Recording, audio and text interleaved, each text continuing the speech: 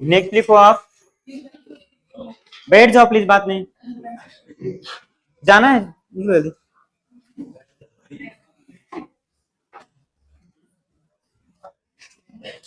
इसको बंद कर लेना यार, बंद कर लेना। अब कोई नहीं बाहर ना, सब चले आए। चलो नेक्स्ट चैप्टर आप लिखो, करंट इलेक्ट्रिसिटी। लिख गया सभी का? चलो कुछ बेसिक बेसिक डिफिनीशन से पहले सुन लो फिर लिखना, ठीक है ना? मैं लिख दे रहा हूं पहले।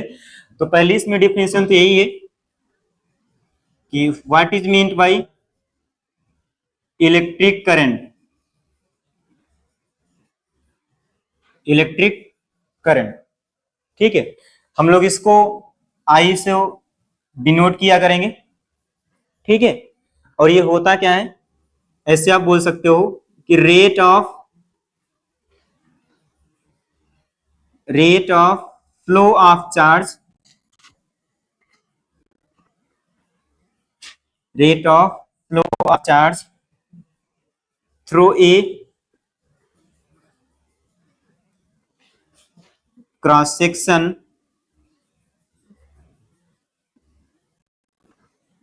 of a conductor is called as, is defined as electric current।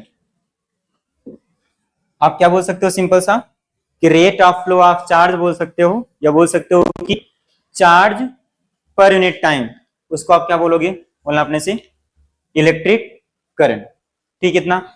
अब देखो यहाँ पे आपके पास मान लो कोई भी एक कंडक्टर है, ये मान लो कंडक्टर है, ठीक है। तो इस कंडक्टर के थ्रू मान लो कि डेल्टा क्यू चार्ज फ्लो कर रहा है, और डेल्टा टी टाइम में, डेल्टा क्यू क्या है बोलो अपने से, चार्ज है, और डेल्टा टी क्या है, टाइम, ठीक है। तो इस कंडक्टर के थ्रू आप डिफाइन कर सकते हो जो एवरेज करंट आएगी वो हो जाएगी डेल्टा क्यू अपान डेल्टा टी। इतना समझ पाए क्या, बोलो? तो करंट क्या हो गई, टोटल अमाउंट जितना चार्ज फ्लो कर रहा है उस कंडक्टर में, डिवाइड कर दो कितने टाइम में, वो क्या हो गया बोलना अपने से, इलेक्ट्रिक करंट। कितना क्लियर है? देन नेक्स्ट होता है, इसको आप मेजर कैसे करोगे, ठीक है ना, जो हमेशा आप लिखते आए हो, तो मेजर कैसे करोगे बोलना अपने से, इसका एसआई यूनिट क्या हो जाएगा, चार्ज का होता है कूलाम, टाइम का क्या होता है बोलो, सेकेंड, तो हो जाएगा ये coulomb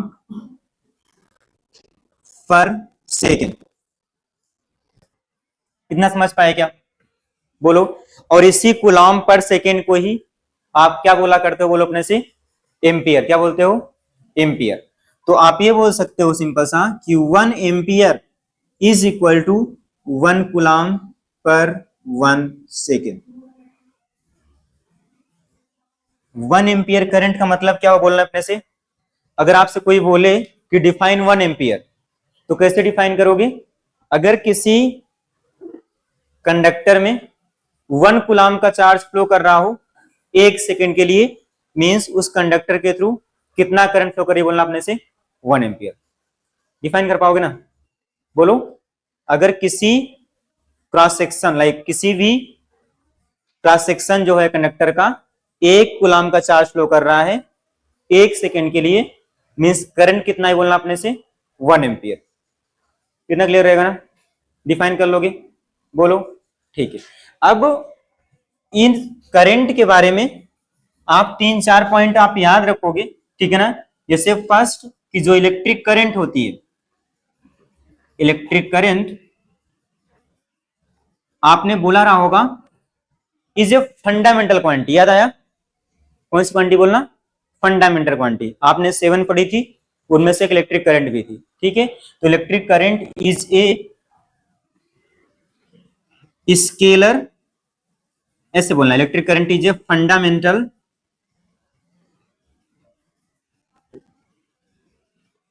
and scalar quantity, scalar quantity, ठीक है ना। स्केलर क्वांटिटी इसलिए है क्योंकि it does not follow, it does not follow the vector law of addition,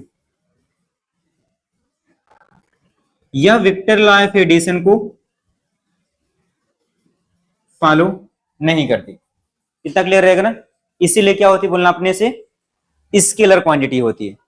ठीक है ना?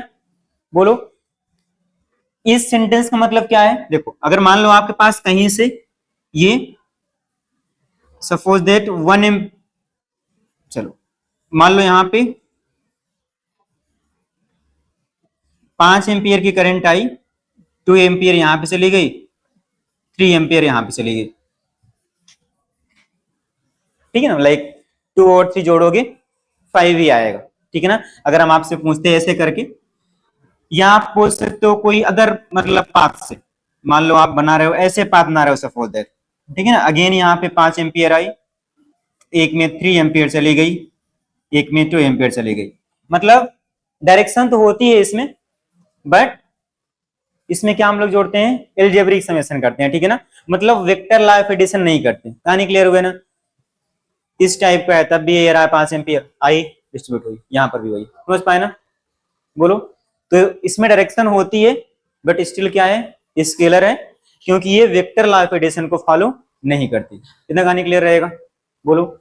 ये हो गया आपके पास इलेक्ट्रिक करंट का डिफिनीशन, और ये आप प्रॉपर्टीज के बारे में कुछ आप याद रखना कि फंडामेंटल स्केलर होती है, फॉलो नहीं करती इसको। इतना क्लियर रहेगा? बोलो। इसको आप मेंशन कर लो, फिर मैं बोलता हूँ नेक्स्ट क्या करना है। इसको आप लिख लो पहले, इतना लिख जात बोलना। ठीक है ना?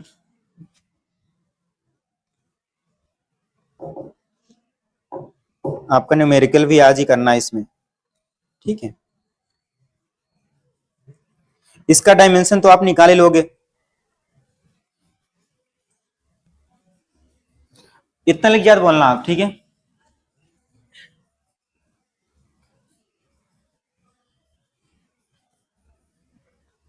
लिख गया सभी का?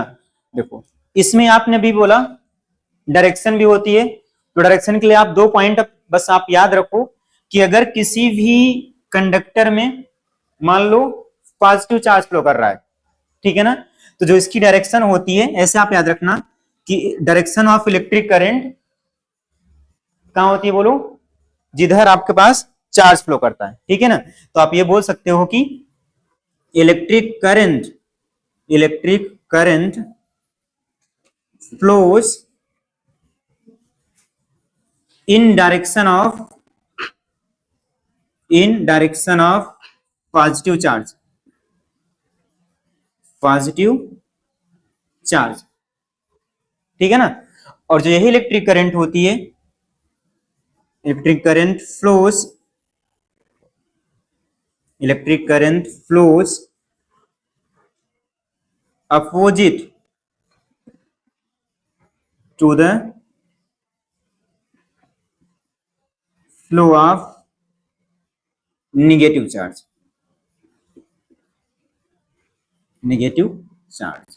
आप ऐसे आप याद रखना। ठीक है ना? मींस जो इलेक्ट्रिक करंट डायरेक्शन होती है, प्रोटॉन के डायरेक्शन में आएगी और इलेक्ट्रॉन के बोलो अपोजिट। याद रहेगा ना? In the direction of positive charge and in direction of sorry opposite to negative charge. ठीक है ना? इसका कोई लॉजिक नहीं है, क्योंकि जब करंट की डिस्कवरी हुई थी ना, उस टाइम तक इलेक्ट्रॉन की डिस्कवरी हुई नहीं थी, केवल प्रोटॉन था। समझ पाए ना? केवल क्या था? प्रोटॉन था। तो उन्होंने मान लिया कि डायरेक्शन कहां पर आएगी, इन डायरेक्शन ऑफ प्रोटॉन आएगी। बाद में डिस्कवरी इलेक्ट्रॉन की हुई, उस पर निगेटिव चार्ज था, तो पहले आप मान चुके थे डायरेक्शन ऑफ प्रोटॉन, तो आपको बाद में निगेटिव करना पड़ेगा। ठीक है ना? तो इस हिसाब से आप इसको करते हो।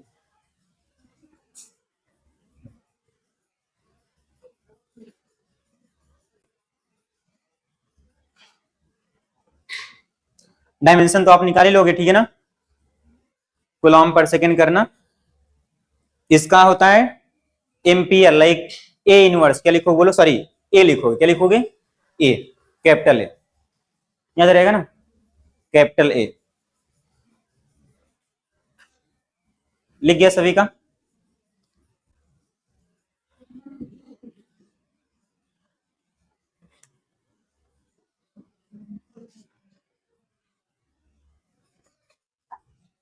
लिख जाए तो बोलना आप, ठीक है ना? लिख गया सभी का? ये पॉइंट्स आप प्लीज आप याद रखना, एकदम बेसिक डिफिनीशन है, आपने पहले ही पढ़ा रहा होगा इसको। चलो नेक्स्ट हम लोग करंट को ना, नेक्स्ट अपन को पढ़ना है टाइप्स ऑफ करंट, ठीक है? टाइप्स ऑफ इलेक्ट्रिक करंट पहले देख लो फिर लिख लेना please. Types of electric current, types of electric current, ठीक है ना? अब टाइप्स आप पढ़ते हो दो बेसिस पे, ठीक है ना? जैसे पहला हम बोले on the basis of source, on the basis of source, पहला हम लोग इसको कैटेगराइज कर रहे हैं सोर्स के बेसिस पे, ठीक है ना? तो सोर्स के बेसिस पे आप इसको टू टाइप्स में कैटेगराइज करते हो।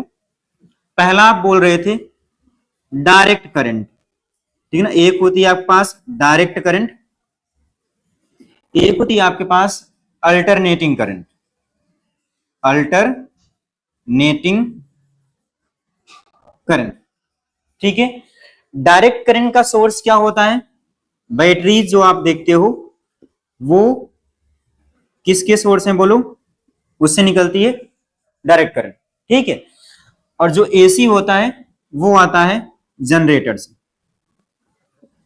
जनरेटर से आपको क्या मिलता है बोलना?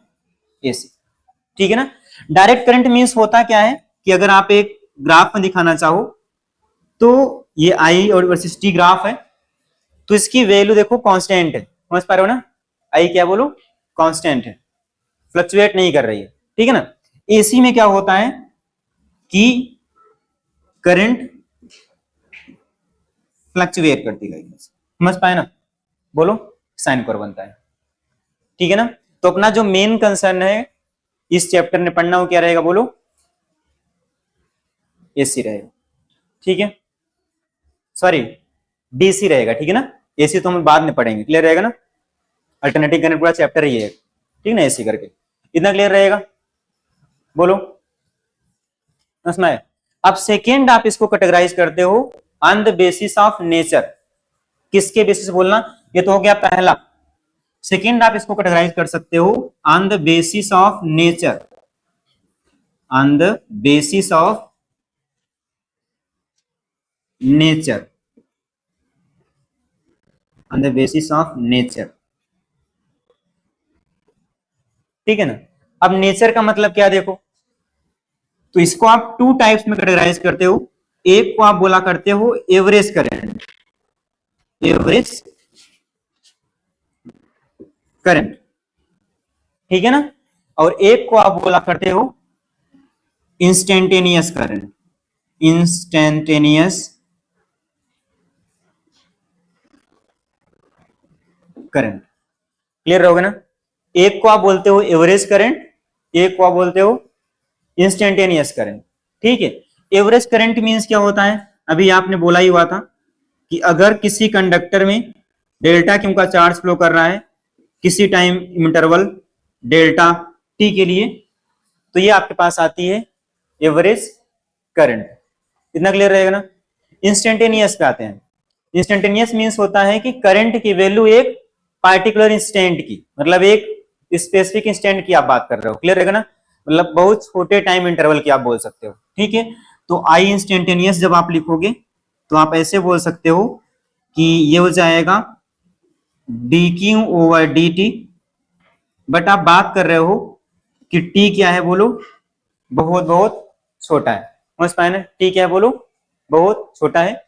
और इसको आप ऐसे लिख सकते हो सिंपल वे में, डी ओवर डी, ये बहुत छोटे टाइम इंटरवल की आप बात कर रहे हो, कितना क्लियर रहेगा बोलो?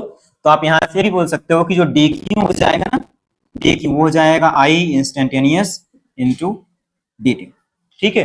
तो कभी अगर आपको पूरा चार्ज निकालना पड़ जाए इंस्टेंटेनियस करंट से, तो आप क्या करना है, इसको इंटीग्रेट कर सकते हो बहुत सारे, क्लियर रहेगा ना? बोलो, तो मैंने जस्ट आपको भी टाइप्स बताया, इन डिटेल पढ़ेंगे सब कुछ बाद में, क्लियर रहेगा ना? बोलो, ठीक है, तो इसको आप मेंशन कर लो। On the basis of source AC DC, इसको आप बोलते हो डीसी, उसको बोलते हो आप एसी, ठीक है ना। वो होती है एवरेज करंट, वो होती है इंस्टेंटेनियस करंट, एक पार्टिकुलर इंस्टेंट की बात कर रहे हो तो आप।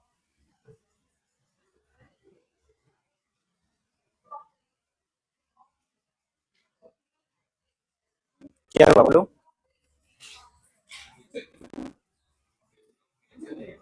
हाँ, on the basis of nature, ठीक है ना। अच्छा, अगर तुमको कहीं पर भी करंट और टाइम का ग्राफ दिया रहेगा तो चार्ज निकाल लोगे ना, बोलो कैसे निकालोगे चार्ज, उसका एरिया निकाल लेना, समझ पाए ना। करंट और टाइम का ग्राफ दिया रहेगा, चार्ज कैसे आएगा, एरिया निकाल लेना, ठीक है ना, क्योंकि डी क्यू इज इक्वल क्या होता है, आई इंटू टी। जैसे आपने पढ़ा था ना v is equal to displacement upon time, तो वीटी ग्राफ से डिस्प्लेसमेंट कैसे आएगा, वीटी ग्राफ का एरिया। लिख गया सभी का, बोलो ठीक है। अच्छा, इसमें दो टर्म और डिफाइन कर लो, फिर हम लोग आगे बढ़ते हैं, फिर क्वेश्चंस पे आते हैं।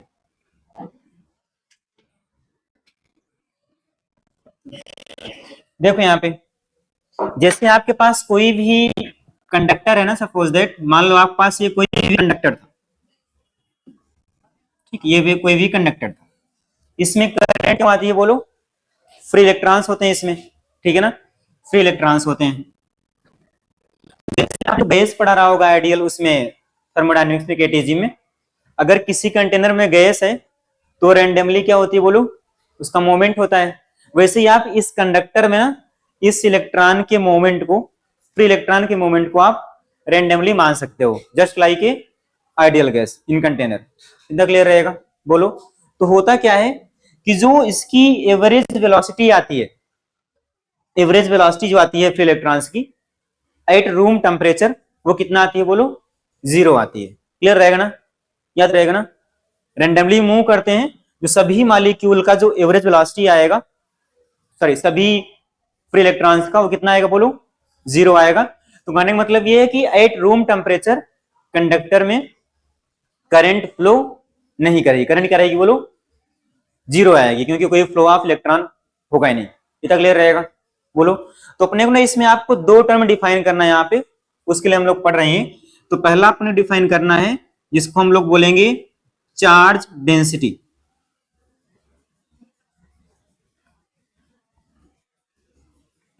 चार्ज डेंसिटी, ठीक है ना। या बोल सकते हो कि अगर इलेक्ट्रॉन की बात कर रहे हो तो आप बोल सकते हो कि इलेक्ट्रॉन डेंसिटी, इलेक्ट्रॉन डेंसिटी, ठीक है। ये डिफाइन कैसे करोगे बोलो अपने से, कितना नंबर ऑफ इलेक्ट्रॉन फ्लो कर रहा है, ठीक है ना। आप बोल सकते हो कि इसका फॉर्मूला हो जाएगा नंबर ऑफ इलेक्ट्रॉन या number of free electron in a conductor, ठीक है ना, और उसको आप डिवाइड कर दो वॉल्यूम को, याद रखोगे ना। तो what is mean by electron density बोलना अपने से, number of electron divide by कितने वॉल्यूम में फ्लो कर रहे थे, उसको आप क्या बोला करोगे हमेशा, इलेक्ट्रॉन डेंसिटी। टर्म क्लियर रहेगा ना। क्वेश्चन करना अपने को बाद में आएगा, इसलिए दिखा रहा हूं, समझ पाए। तो what is electron density, number of free electron divide by कितने वॉल्यूम्स फ्लो कर रहा है। सपोज दैट इसका कुछ लेंथ है, मान लो इसका कुछ एरिया है, सपोज दैट कितना आएगा वॉल्यूम बोलो, एरिया इंटू लेंथ आएगा, समझ पाए, बोलो। तो what is electron density, number of free electron divide by volume. और हम लोग इलेक्ट्रॉन डेंसिटी हमेशा स्मॉल एन से लिखा करेंगे, इतना क्लियर रहेगा ना। कैसे लिखेंगे, स्मॉल एन से, ठीक। इतना यूनिट क्या आएगा बोलना अपने से, इसका यूनिट आएगा कूलाम पर मीटर क्यूब, कूलाम पर मीटर क्यूब, इतना क्लियर रहेगा, बोलो, ठीक है। एक ये आपके पास एक टर्म हो गई, इसको आप याद रखोगे, ठीक है ना। एक आपके पास होती है जिसको हम लोग बोलते हैं कि thermal velocity of free electron, क्या बोलते हैं बोलो, थर्मल वेलोसिटी ऑफ चार्ज बोल सकते हो, या थर्मल वेलोसिटी ऑफ इलेक्ट्रॉन। वो क्या होती है बोलना, what is mean by thermal velocity of charge, thermal velocity charge. इसका फॉर्मूला आप याद रखोगे बस, ठीक है ना, कोई दिक्कत नहीं।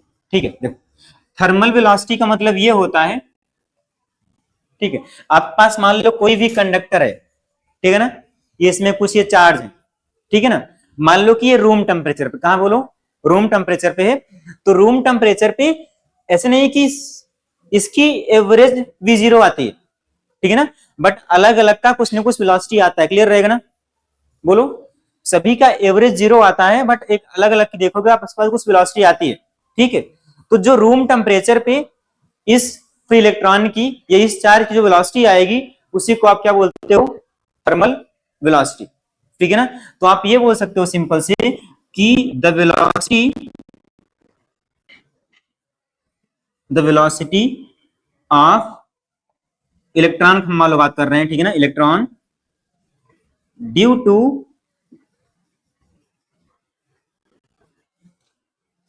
inside a conductor,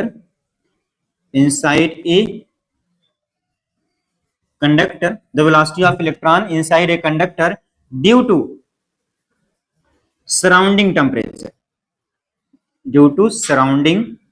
temperature,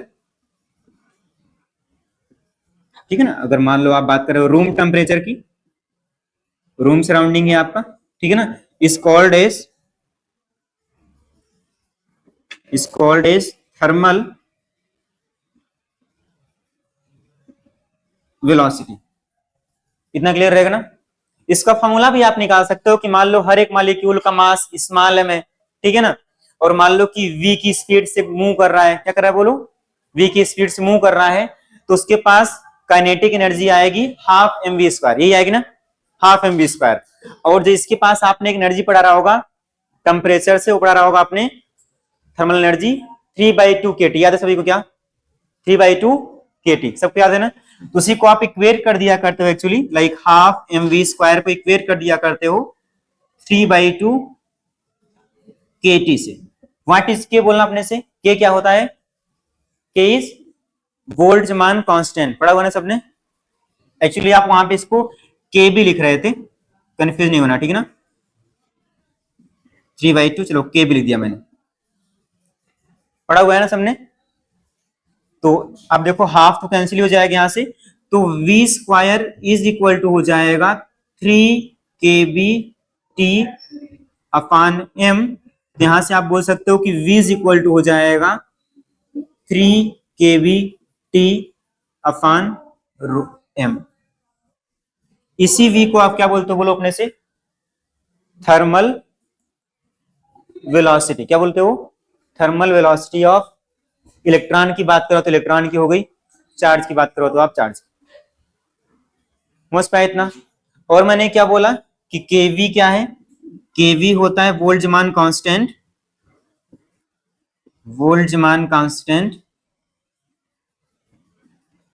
इसकी वैल्यू कितना होती है बोलना, इसकी वैल्यू होती है ना कुछ फिक्स वैल्यू केवी की 1.38 इंटू 10⁻⁻23, आई थिंक यही होती है, ठीक है ना, भी चेक कर लेंगे इसको एक बार, ठीक है। और रूम टेम्परेचर क्या होता है आपने 25 डिग्री सेल्सियस मान लो रूम टेम्परेचर, तो केल्विन में कितना हो जाएगा बोलो, 300 केल्विन, ये रूम टेम्परेचर मान लिया हमने, ठीक है। और m क्या है बोलो, मास है, अगर आप इलेक्ट्रॉन की बात कर रहे हो, ठीक है ना, थर्मल वेलोसिटी ऑफ इलेक्ट्रॉन निकाल रहे हो, तो यहां क्या हो जाएगा बोलो, इलेक्ट्रॉन का मास आ जाएगा, समझ पाए, तो ये फॉर्मूला याद रखना, कहने का मतलब ये काम आ सकता है, ठीक है ना, ये फॉर्मूला, बाकी तो आपके पास ये गिवन रहेगा कांस्टेंट और ये दिया रहेगा, समझ पाए ना। इसकी एक बार वैल्यू चेक कर लेंगे भाई, ठीक है ना, बोल्ट्जमान कांस्टेंट की, ये पावर में इसको बोल रही है,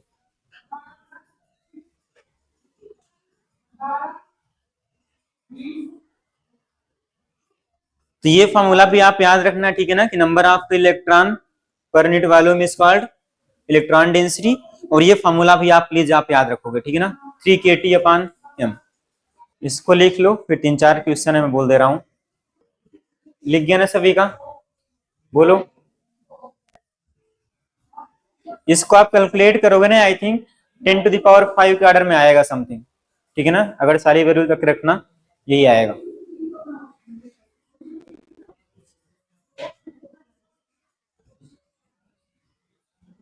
हो गया ना सभी का? बोलो। चलो कुछ क्वेश्चंस लिख लो, ठीक है, फिर आगे बढ़ते हैं।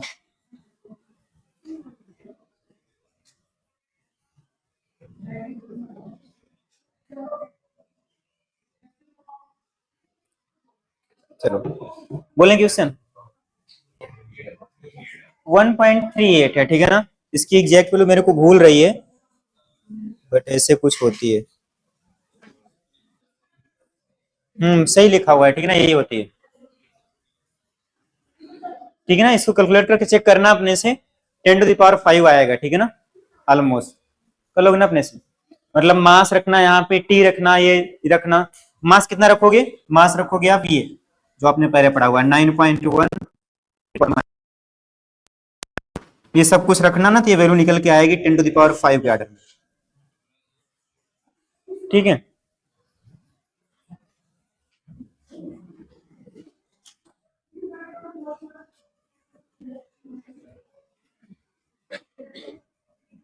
चलो क्वेश्चन लिखो। ये कुछ ना प्रीवियस ईयर के हैं I think.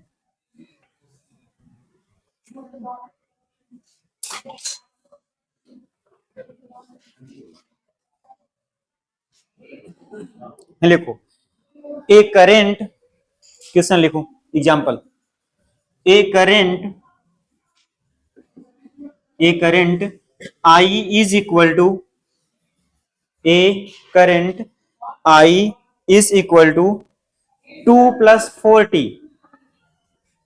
A current I is equal to 2+4t, मतलब टी का फंक्शन गिवन है। A current I is equal to 2+4t ampere, ठीक है। A current I is equal to 2+4t ampere, where t is in second. T किस में बोलो? Second में है। T is in second, is flowing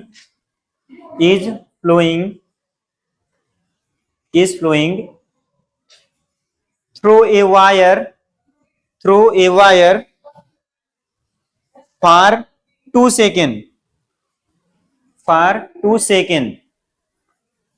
ठीक है, for 2 second. then find out the amount of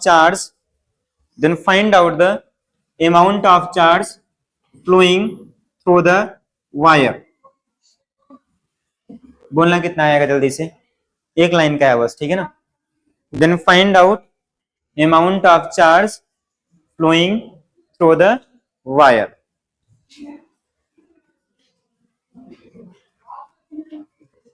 किसी का है तो बोलना, ठीक है ना।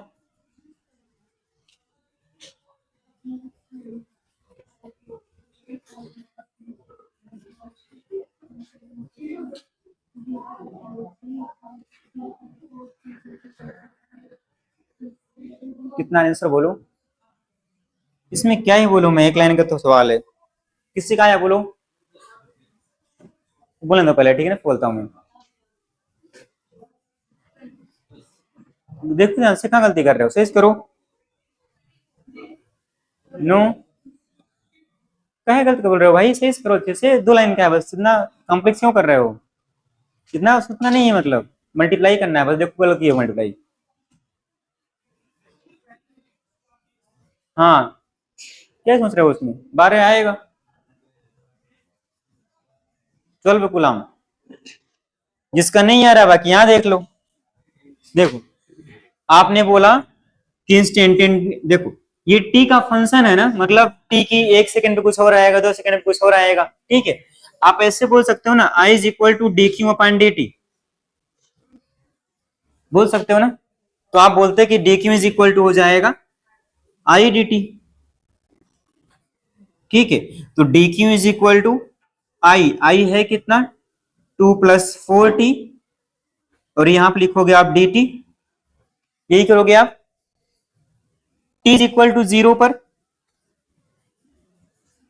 0 कहां जाना, 0 से लेकर के मान लो 2 तक जाना है, इंटीग्रेट कर दो आप। ठीक है, जैसे आप इसकी इंटीग्रेट करोगे टोटल चार्ज ये बन जाएगा 2t 2 इंटू 2,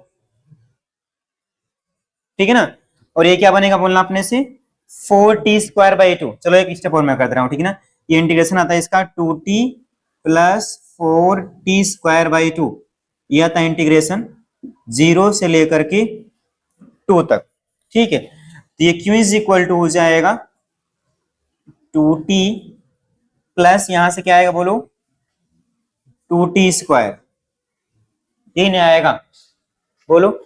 एक बार t is equal to 2 put कर दो, एक बार t equal to 0, t equal to 0 पे 0 ही हो जाएगा, t इक्वल टू 2 पुट करोगे हो जाएगा 4, ठीक है ना, ये कितना जाएगा 8, कितना जाएगा पूरा 12 कूलम। डाउट है क्या किसी को बोलो? सिंपल ना एकदम, डिफिनेशन अभी आप सीख रहे हो बस, ठीक है ना, कितना क्लियर हुआ बोलो। नेक्स्ट लिखो आप,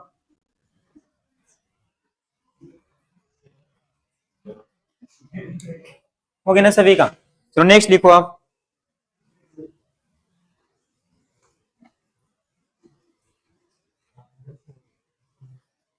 लिखो 20 एम्पियर, बात नहीं please,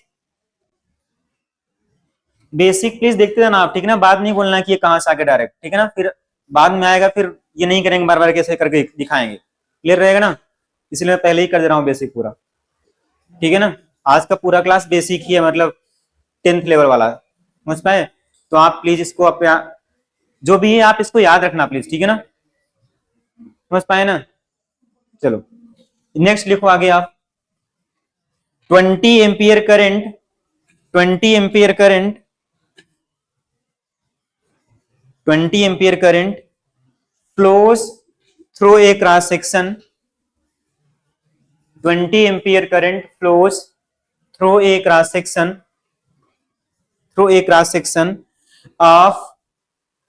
of 20 centimetre square 20 centimetre square for 20 second, sorry for 20 millisecond, लिखो फॉर 20 मिली सेकेंड ठीक है ना, लिखा इतना बोलो, देन फुल स्टॉप करो, आगे लिखो find out the number of free electron, find out the number of free electron crossed through that area, find out number of free electron crossed through that area, ये मिली second है आपका time, ठीक है, याद रखना, निकालो कितना आएगा जल्दी से,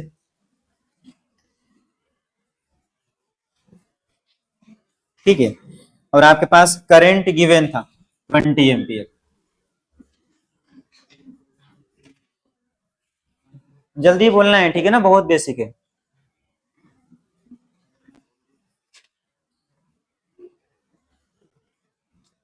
number of electrons question mark,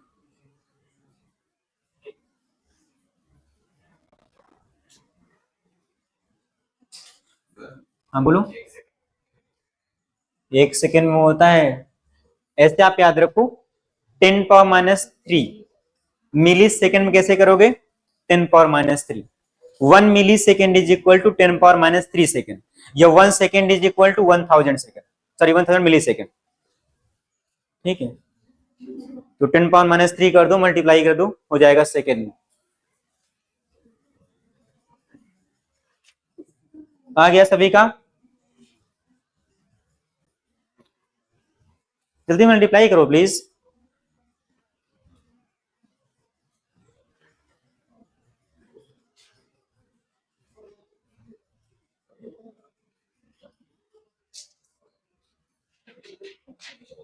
आ गया ना सभी का, बोलो कितना है आंसर, नंबर ऑफ इलेक्ट्रॉन्स कितना है बोलना,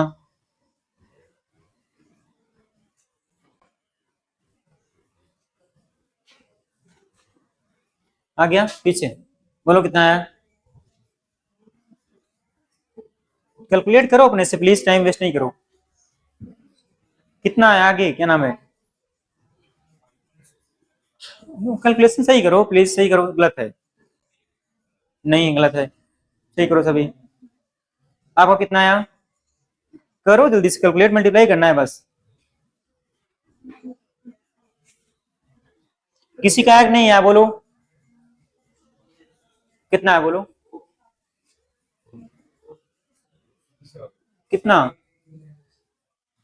10 पावर माइनस, कहाँ गलती कर रहे हो भाई, सिंपल सिंपल मल्टीप्लाई नहीं कर रहे हो।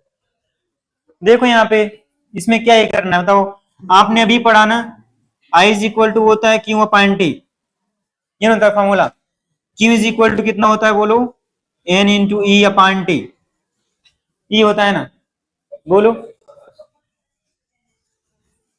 नहीं अभी भी गलत है, करेक्ट करो उसको। तो एन इज इक्वल टू क्या आएगा बोलना अपने से, एन इज इक्वल टू हो जाएगा आई इंटू टी अपॉन इलेक्ट्रॉन का चार्ज, यही आएगा ना, कैलकुलेट गलत कर रहे हो, ठीक है ना। करंट कितना गिवन है बोलो, 20 एम्पियर, हाँ करंट 20 एम्पियर गिवन था, तो करंट के प्लेस पे आप लिखो 20, टाइम कितना गिवन है बोलो 20 मिली सेकेंड, और आपने बोला कि सेकेंड में कैसे करोगे, 10 टू द पावर माइनस 3 से मल्टीप्लाई कर दिया, प्लस में पावर की माइनस में, 18 कितना है 20, चलो आई थिंक ऑलमोस्ट सही आया, सही है, परफेक्ट है, सही है, आई थिंक वही आएगा, ठीक है ना, सही है, सही है, सही है। इतना क्लियर सभी का। इलेक्ट्रॉन पे चार्ज कितना होता है बोलो, 1.6 इंटू 10 पावर माइनस 19 कूलम, ये ना होता है। इसको सिंप्लीफाई करना अपने से आप, तो n इज इक्वल टू हो जाएगा 4 को आप एक साथ रखो, और ये हो जाएगा 10 टू द पावर माइनस 1, क्या होगा बोलना, 10 पावर माइनस 1 ऊपर लेके चले जाओ, ये बन जाएगा 10 टू द पावर 20, सॉरी 18,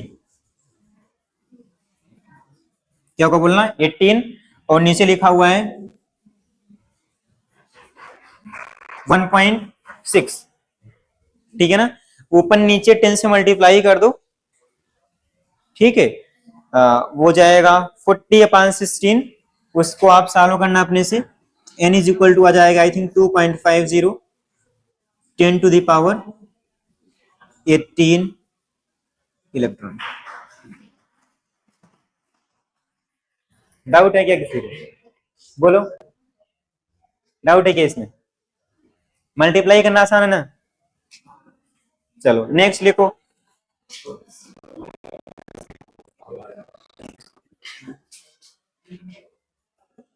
सही तो है ना, नेक्स्ट लिखो, देखो इन ए, बात नहीं करो प्लीज, इसमें भी लिखना है क्या, अभी पीछे लिख गया ना पक्का, लिखो in a discharge tube, in a discharge tube 3 into 10 to the power 18 electrons per second, in a discharge tube 3 into 10 to the power 18 electron per second, इतना electron per second are moving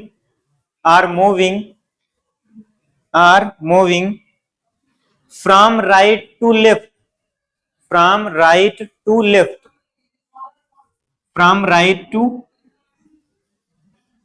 left, है ना, sorry right to left, इतना लिखा, comma करो आगे लिखो, and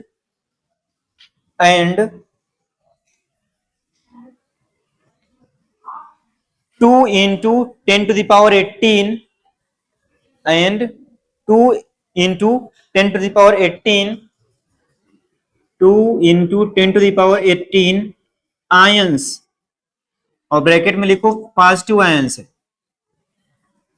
ions bracket mention करो, positive ions are moving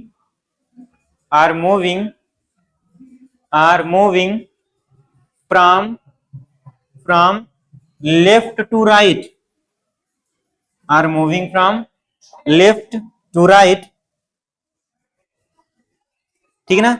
then find out current through the discharge tube, बोलना कितना आएगा, find out current through the discharge tube, current निकालना है आप इस डिस्चार्ज को।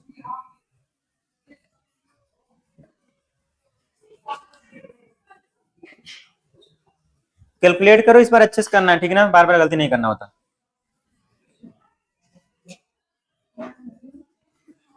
सही से मल्टीप्लाई करना है, ठीक है, इस बार ताकि आंसर मैच कर जाए। कर रहे हो ना कैलकुलेट आप लोग? आया? बोलो बोलो, कुछ तो बोलो, अपने बताएं फिर, आप बोलो। पॉइंट कितना आया पॉइंट में? 0.48 अप्रोक्सीमेट आ रहा है आई थिंक, ठीक है ना, कहीं गलती कर रहे हो फिर, देखो करेक्ट करो उसको, कर तो दो ना पहले करेक्ट, फिर बोले आंसर, आप करो। नहीं, और बोलो कोई, पर इनको करेक्ट करने दो, ठीक है ना, फिर ना सब ऐसे ही लिख देते हैं जानबूझ के कि आ गया आंसर। अपने से मल्टीप्लाई करो आप प्लीज, मल्टीप्लाई करना है बस, ठीक है, कुछ वो तो करना पड़ेगा आपको। 0.16 गलत है कहीं, देखो ध्यान से,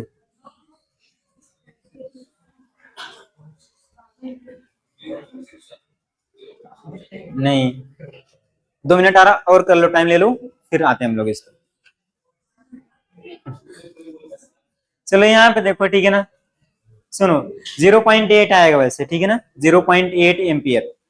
ये आप देखो आएगा कैसे, देखो ध्यान से, आपके पास मान लो कोई भी एक कंडक्टर है, बात नहीं करो प्लीज, कोई भी एक कंडक्टर है, आपने बोला कि पास देखो ये इलेक्ट्रॉन्स हैं, राइट टू लेफ्ट आ रहे हैं, मतलब इलेक्ट्रॉन इस साइड आ रहे होंगे, ठीक है ना, पर सेकेंड, पर सेकेंड मींस बोला है, मींस आपके पास टाइम ऑलरेडी इन्होंने है, कितना है 1 सेकेंड है, ठीक है ना 1 सेकेंड। और जो आपके पास ये पॉजिटिव आयंस है ना, लेफ्ट टू राइट जा रहा है, इस साइड जा रहा है, ये नहीं हो रहा है, मतलब आप बोल सकते हो कि इलेक्ट्रॉन जा रहा है इस साइड, क्या जा रहा है बोलो, प्रोटॉन जा रहा है,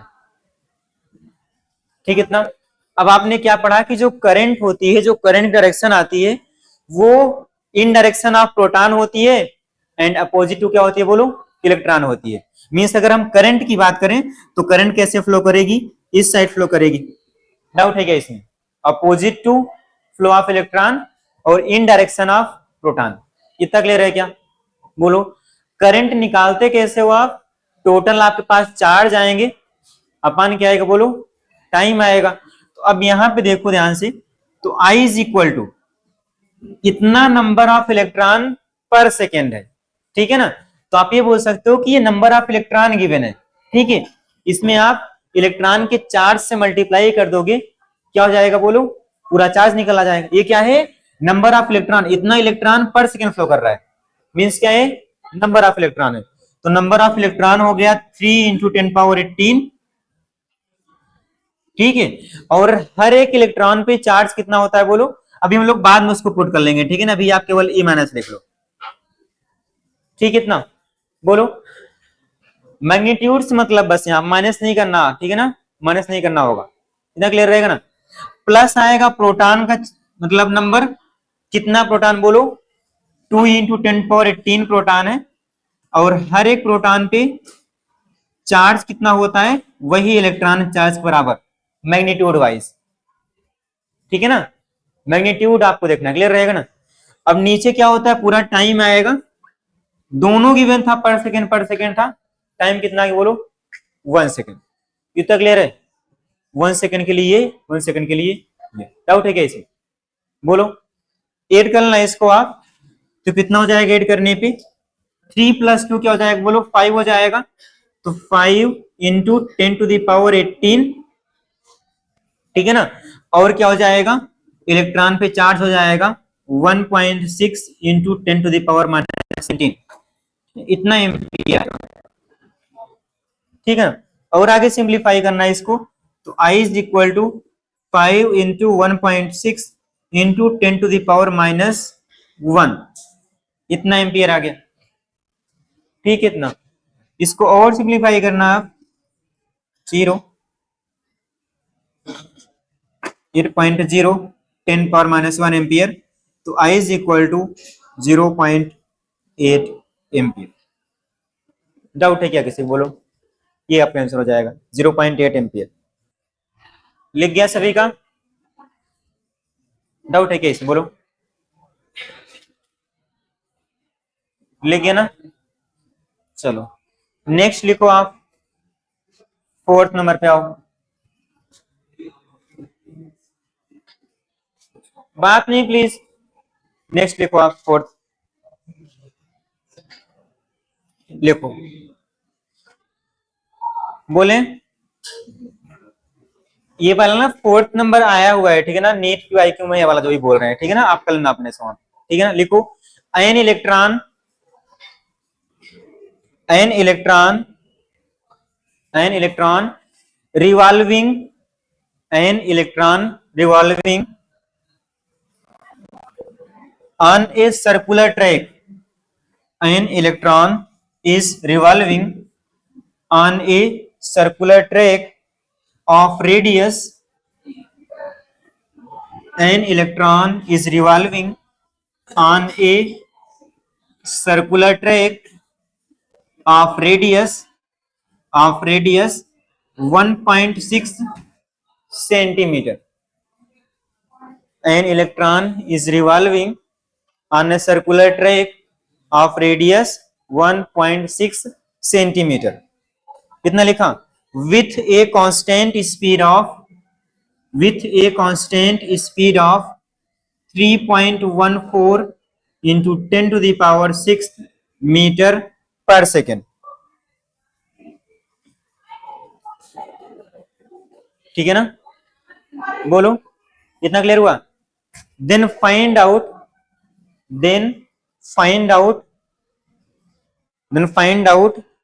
current flowing, बात नहीं please, then find out current flowing in the circle,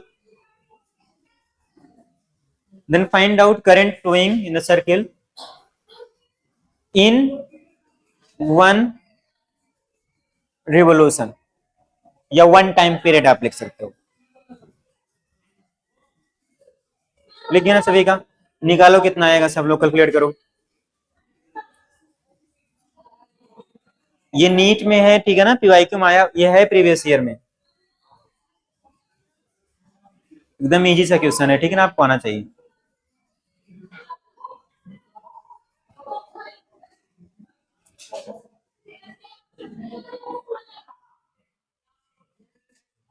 किसी के आंसर आप बोलना आप प्लीज, ठीक है। पीछे कैलकुलेट कर रहे हो ना आप, लास्ट रो कैलकुलेट कर रहे हो ना, अपने से, ठीक है। किसी का आंसर याद बोलना प्लीज, ठीक है, हम लोग मैच कर लेंगे। सेंटीमीटर को आप मीटर में करना प्लीज, ठीक है ना, वरना आंसर नहीं आएगा। 0.5 इंटू, हाँ इस बार सही किए हो, ठीक है ना, परफेक्ट है इस बार, ठीक है ना, सही आया है, ठीक है, हाँ यही आएगा, सही बोल रहा है, ठीक है ना। बाकी लोग भी करो। अरे भाई पीछे आपको भी करना है, बताओ कितना आएगा आंसर। चलो बाकी इसने नहीं किया, यहां से मैच कर लो आप। आपको बोला है कि वन टाइम पीरियड में चाहिए ना करंट, तो आप बोलोगे आई इज इक्वल टू कितना होता है, ऐसे बोलते हो ना, ई बाई टी, ये लिखोगे ना आप, E means charge of electron, और यहाँ पे क्या आएगा, टाइम पीरियड आएगा। टाइम पीरियड निकालोगे कैसे, टी इज इक्वल टू हो जाएगा 2 पाई आर, उसका पूरा सरकमफेरेंस हो गया, ठीक है ना, 2 पाई आर क्या बोला, उसका पूरा सरकमफेरेंस है, डिवाइड कर दो v से, कितने वेलोसिटी से मूव करा डिवाइड कर दो, वो क्या हो जाएगा बोलना, टाइम पीरियड निकल आएगा। कैलकुलेट करना है इसको, 2 पाई के प्लेस पे आप रखना 3.14, आर कितना है बोलना 1.6 10 टू द पावर -2, और v डिवाइड करना, v कितना है 3.14 इंटू 10 टू द पावर 6, इसको आप कैंसिल आउट कर देना, ठीक है, और ये हो जाएगा 2 इंटू 1.6, ये हो जाएगा 3, सॉरी ठीक है ना, 3.2 आएगा क्या, इंटू 10⁻⁻8, यही आएगा ना। बोलो इतना आ गया सेकेंड आपके पास टाइम। अब इसकी वैल्यू को आप यहां पे रख दो, ठीक है ना। यहां पे जैसे ही आप पुट करोगी तो ये हो जाएगा इलेक्ट्रॉन पे चार्ज 1.6 10⁻⁻19, ठीक है। और उसको डिवाइड करना आप 3.2 से 10⁻⁻8, सिंप्लीफाई करना आप, उसने सही बोला हुआ था, ठीक है ना। ये हो जाएगा 5 इंटू 10⁻12 एम्पियर या 0.5, ठीक है ना, 10⁻11 एम्पियर। डाउट है क्या किसी को? बोलो।